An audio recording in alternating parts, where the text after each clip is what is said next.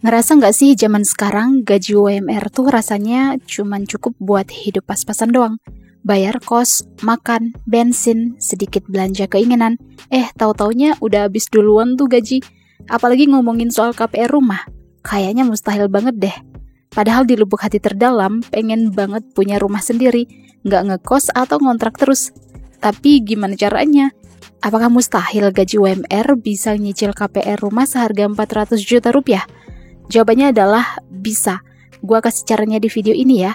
Sebenarnya gaji UMR bisa banget nyicil rumah 400 juta rupiah. Ada cara yang jarang dibahas orang yang bisa bikin punya rumah walaupun gaji standar.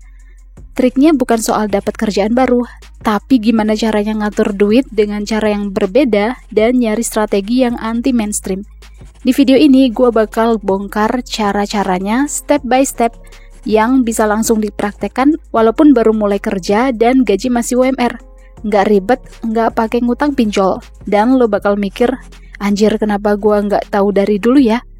Sebelum lanjut nonton, pastikan lo udah subscribe channel Uang Ngalir Terus karena siapa tahu tips-tips di sini bisa jadi inspirasi dan solusi buat masalah finansial yang lo hadapi saat ini.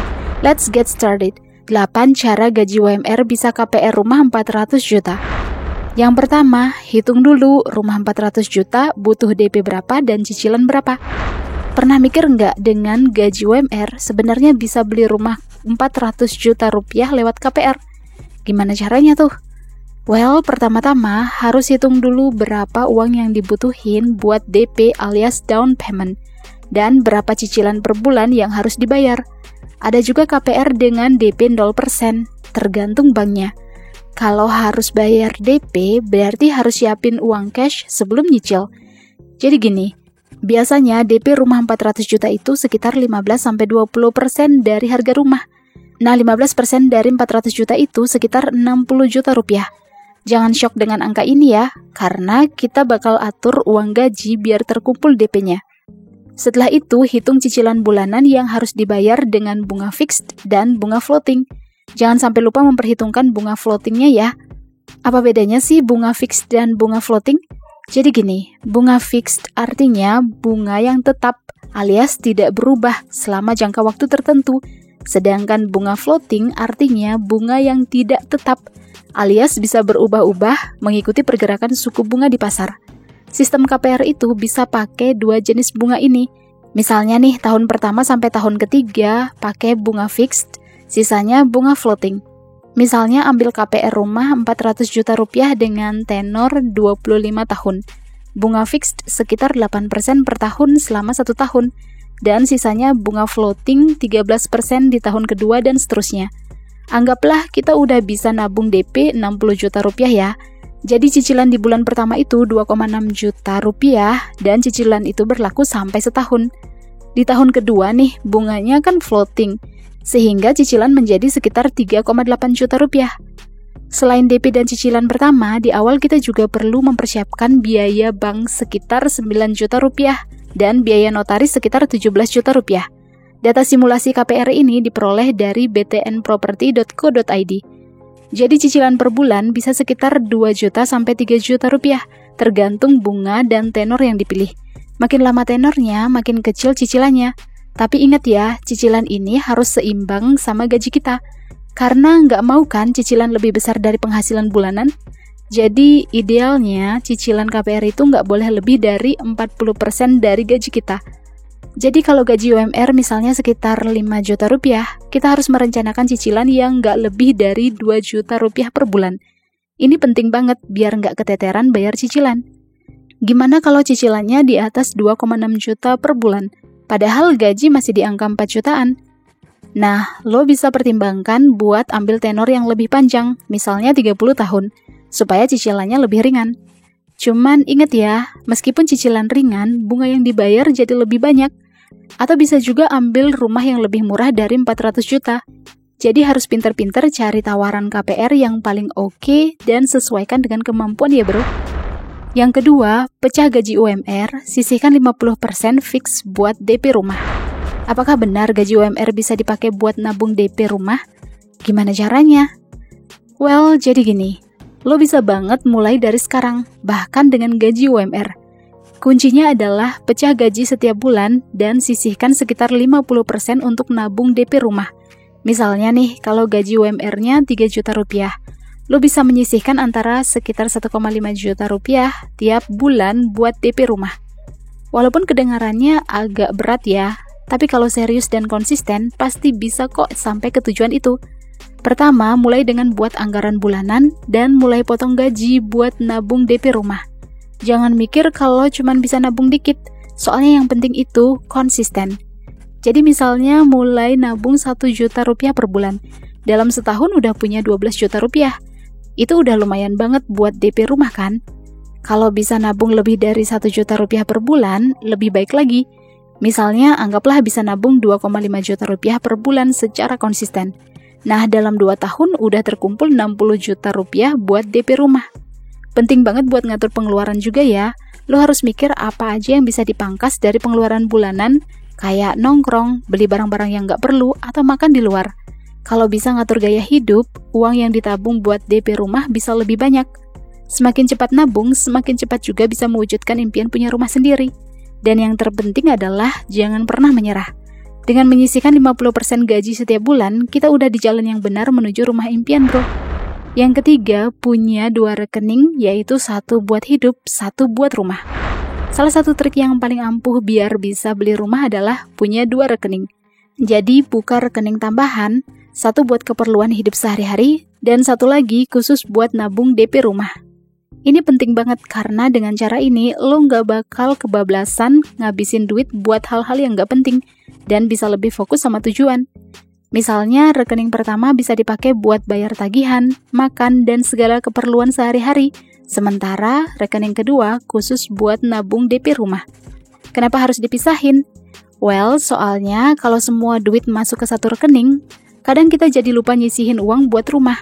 Misalnya tanggal gajian nih, terus gaji masuk. Tiba-tiba kepikiran beli barang ini itu, nongkrong, atau belanja. Nah, dengan adanya rekening khusus nabung DP rumah, kita bisa dengan jelas melihat berapa banyak yang udah disisihkan buat rumah dan berapa yang dipakai buat kehidupan sehari-hari. Ini bakal bantu kita lebih disiplin dan yang pasti nggak bakal kebablasan. Triknya adalah tentukan berapa persen dari gaji yang bakal masuk ke rekening buat DP rumah. Misalnya nih, sisihkan 50% dari gaji, yang berarti setiap bulan setor duit ke rekening rumah dan uang itu nggak boleh diganggu. Tentukan target berapa lama mau ngumpulin uang untuk DP rumah, dan setiap bulan harus konsisten transfer ke rekening itu. Dengan begitu, kita bisa lebih cepat mengumpulkan uang untuk DP rumah meskipun punya gaji UMR. Cara mulainya adalah buka rekening tabungan yang berbeda, yang nggak ada hubungannya sama rekening utama. Tentukan berapa nominal uang yang mau disetor, mau dari yang kecil dulu, misalnya 500.000 per bulan. Lama-lama kalau udah jadi kebiasaan, lo bisa naikin jumlahnya. Jadi, kalau mau beli rumah, lo udah punya uang yang cukup buat DP, dan pastinya nggak bakal bingung lagi tiap akhir bulan, karena keuangan udah lebih terkontrol. Gimana bro, tertarik cobain tips ini? Yang keempat, cari kerja sampingan modal HP di waktu luang. Ngandelin gaji UMR buat beli rumah secara KPR sih bisa-bisa aja ya. Tapi kalau mau keuangan lebih stabil lagi dan lebih cepat mencapai impian punya rumah sendiri, ya perlu cari kerjaan sampingan bro. Sekarang itu banyak banget peluang di internet, mulai dari jadi admin online shop, nulis artikel, buka jasa desain, jadi editor video, konten kreator, dropshipper, sampai ikutan survei berbayar. Tinggal pilih mana yang paling cocok dan bisa dikerjakan di waktu senggang, kayak abis pulang kerja atau weekend. Misalnya lo punya skill editing video. Nah, dapat kerjaan sampingan edit video dan dibayar Rp50.000 per video pendek. Dan lo sanggup edit 3 video per minggu, itu udah dapet Rp150.000 seminggu. Sebulan jadi Rp600.000. Itu baru dari 1 skill aja. Kalau bisa gabungin 2-3 kerjaan yang bisa jalan barengan, bisa dapat tambahan 1 juta atau bahkan 2 juta per bulan. Duit tambahan itu bisa full ditabung buat DP rumah atau bayar cicilan KPR. Bayangin aja, gaji UMR buat hidup, hasil sampingan buat ngejar rumah impian. Bisa banget kan? Yang penting mulai dari sekarang. Jangan nunggu skill sempurna atau punya waktu luang melimpah. Mulai dari yang kecil sambil belajar dan tingkatkan skill. Gak usah mikirin hasil gede dulu, yang penting konsisten. Bisa cari info kerjaan sampingan di grup Facebook, website freelancer, atau dari teman. Pokoknya jangan pernah ngeremehin kekuatan HP di tangan ya bro. Di era sekarang, HP itu udah kayak ATM berjalan kalau dipakai buat cari cuan. Bukan cuman buat scroll medsos atau kepoin status orang. Keren kan? Yang kelima, tinggal bareng orang tua atau ngekos patungan buat nabung DP. Kalau lagi kerja tapi gaji masih UMR dan punya cita-cita pengen KPR rumah 400 juta, kita harus pinter banget ngatur strategi. Salah satu cara paling jitu adalah tinggal bareng orang tua atau ngekos patungan. Tinggal bareng orang tua bukan berarti nggak mandiri ya, tapi ini cara hemat yang bisa bikin kita ngumpulin DP rumah jauh lebih cepat. Bayangin deh kalau harus bayar kosan sendiri sampai 1 juta rupiah sebulan, itu udah 12 juta rupiah per tahun buat tempat tinggal doang. Kalau tinggal sama orang tua atau ngekos patungan sama temen, biaya tempat tinggal bisa ditekan setengahnya atau bahkan $0. Uang yang tadinya dipakai buat bayar tempat tinggal langsung bisa dialihkan buat nabung DP rumah. Misalnya nih, rumah 400 juta itu perlu DP 15%, berarti butuh 60 juta rupiah. Kalau bisa nyisihin 2 juta rupiah per bulan karena hemat tempat tinggal, dalam jangka waktu 3-4 tahun udah bisa dapat DP tuh. Apalagi kalau ditambahin dengan kerjaan sampingan, makin ngebut tabungan terkumpul. Kalau tempat kerja deket sama rumah orang tua, dan orang tua nggak masalah lo tinggal di rumah mereka, ya ambil kesempatan itu. Tapi kalau terpaksa harus ngekos, coba cari teman kerja atau sahabat yang bisa diajak patungan kos. Cari kos 1 juta per bulan, kalau patungan berdua jadi 500.000 per orang. Hematnya signifikan banget kan? Uang hasil hemat itu langsung pisahkan ke tabungan khusus rumah. Jangan dicampur buat jajan atau kebutuhan harian ya. Disiplin nabung itu yang bikin strategi ini berhasil. Yang keenam, nggak usah nunggu nikah atau mapan buat ambil KPR.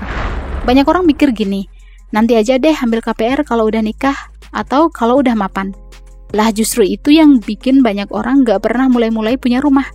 Padahal kenyataannya, kita bisa banget mulai ambil KPR meski masih sendiri, meski gaji UMR. Nggak perlu nunggu momen sempurna dulu, karena yang sempurna itu nggak ada. Yang ada cuman yang telat mulai, terus akhirnya nyesel. Harga rumah nggak nungguin kita sukses, justru makin lama nunggu, makin mahal harga rumah. Coba pikir deh, misalnya rumah harga 400 juta, DP 15% itu kan 60 juta rupiah. Nah, cicilan per bulan bisa di angka 2-3 juta, tergantung tenor dan bunganya. Kalau sekarang udah kerja dan bisa nyisihin duit, kenapa nggak langsung fokus ke situ aja? Sekarang masih sendiri, pengeluaran nggak segila pas udah punya tanggungan istri dan anak. Lo punya kesempatan buat gaspol tabung DP, atau bahkan langsung nyicil KPR dari sekarang. Biar nanti pas nikah, rumah udah ready. Nggak perlu drama nyewa-nyewa lagi. Cara mulainya adalah tentuin dulu budget rumah yang kira-kira bisa masuk gaji UMR.